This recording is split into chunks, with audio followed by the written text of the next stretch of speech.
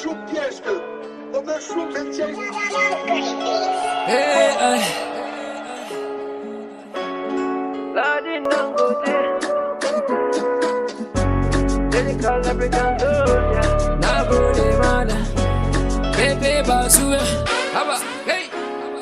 Assalamu alaikum, ni ne Haruna Pepe. Na yi sallama dukkanin ku ku amsa. Ciwon cikin barewa ba za ya bata magani. Sarkin da ya yi ta shi za ya bata magani. Ina da damuwa rashin masoyiya, ta tafi ta bar ni cikin itaciya.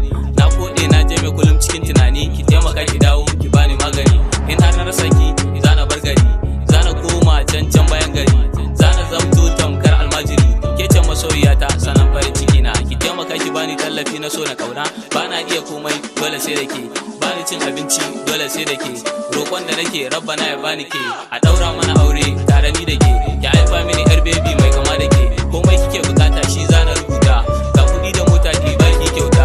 Rabbi ne ya bani ke a matsayin mata. Zo mu je na kai ki can wurin dangi na, in nuna musu kin zamo cikar burina.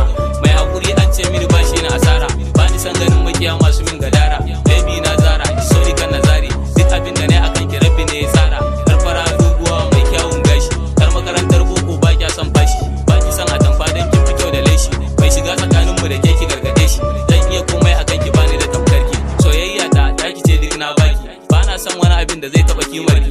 Gani gidanki ki taimaka ki zuban girki. Bani da sauki akan ki na ga zaki. Kin yi nesa da ni, so kira yi da ni. Zuci na baki, baby na ta, dan Allah karki kyalar ni. Kin gabar ni ina shakuwa, zuciya da rawan kerewa. Na duba ku da arewa, yan mata ban ga kamar ki ba.